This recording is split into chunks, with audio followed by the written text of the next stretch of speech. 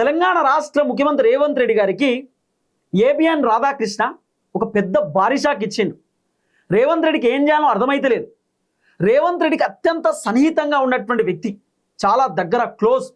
పొద్దుగాల లేస్తే రేవంత్ రెడ్డితోనే తిరిగేటటువంటి వ్యక్తి. పొద్దుగాల లేస్తే రేవంత్ రెడ్డి మా అన్న, నేను ఎట్లా చెప్తే మా అన్న అట్లా వింటాడు, మా అన్న ఏదున్నా నాకే చెప్తాడు, నాకు బాగా తెలుసు మా అన్న అని చెప్పి చెప్పుకుంటూ తిరిగేటటువంటి వ్యక్తి. ఆయన శంషాబాద్ మండలం షాపూర్ గ్రామం దగ్గర 94 ఎకరాల ప్రభుత్వ భూమికి సుటివెచ్చిండట. 94 ఎకరాల ప్రభుత్వ భూమిని ఖతం చేయడానికి రేవంత్ రెడ్డికి అత్యంత దగ్గరున్నటువంటి ఒక వ్యక్తి ప్రయత్నించిండు అనేది వినబడుతున్నటువంటి చర్చ. సుమారు ఆ భూమి విలువ 1000 కోట్ల రూపాయలు. 1000 కోట్ల రూపాయలు విలువ చేసేటటువంటి భూమిని రేవంత్ రెడ్డికి అత్యంత సన్నిహితమైనటువంటి వ్యక్తి ఎంఆర్ఓ త్రూ ప్రైవేట్ వ్యక్తులకు దారాదత్తం చేయడానికి పూర్తి స్థాయిలో సిద్ధమైతే ఈ విషయాన్ని ఏబిఎన్ రాధాకృష్ణ తన పేపర్లో రాసుకుంటూ వచ్చిండు. ఏబిఎన్ రాధాకృష్ణ తన వెబ్సైట్లో రాసిండు, తన మీడియా కథనాలు చేసిండు. రాధాకృష్ణ ఎందుకు ఈ వార్తను తెరపకి తీసుకొచ్చిన question mark. Revanth Reddy very close ఉంటాడు. రాధాకృష్ణ పొద్దుగాల లేస్తే రేవంత్ రెడ్డిని ఊకే పొగుడుతూ ఉంటాడు. రేవంత్ రెడ్డి మస్తు పరిపాలన చేస్తున్న, అద్భుతంగా పరిపాలన చేస్తున్న, మంత్రులే ఫెయిల్ అయ్యారు, రేవంత్ రెడ్డి వల్ల మొత్తం కాంగ్రెస్ మళ్ళీ అధికారంలోకి వచ్చేటట్టున్నది, రేవంత్ రెడ్డి గ్రేట్ లీడర్ అని చెప్పి ఏబిఎన్ రాధాకృష్ణ పొద్దుగాల లేస్తే రేవంత్ రెడ్డిని పొగుడుతాడు.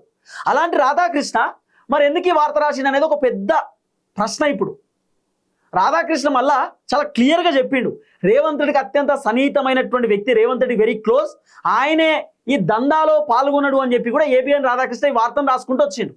అసలు ఏం జరిగింది ఏం కథ అనేది పిన్ టు పిన్ నేను మాట్లాడేటటువంటి కార్యక్రమం చేస్తా. చాలా క్లియర్గా ఈ వీడియో లాస్ట్ దాకా చూడుర్రి.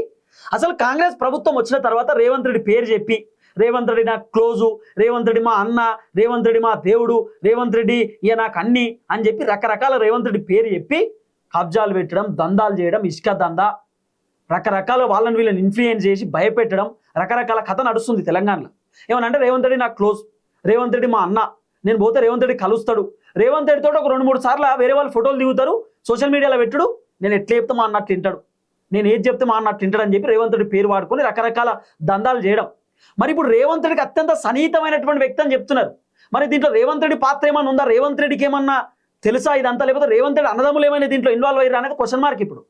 ఎందుకంటే ఒకానొక టైంలో కాంగ్రెస్ పార్టీ మంత్రి కొండా సురేఖ వాళ్ళ బిడ్డ చెప్పింది, రేవంత్ రెడ్డి అన్నదమ్ములు కబ్జాలు పెడుతున్నారు, దందాలు చేస్తున్నారు అని చెప్పి కొండా సురేఖ బిడ్డ కొండా సుష్మిత పటేల్ చెప్పినటువంటి ఆ మాట కూడా మనం విన్నాం.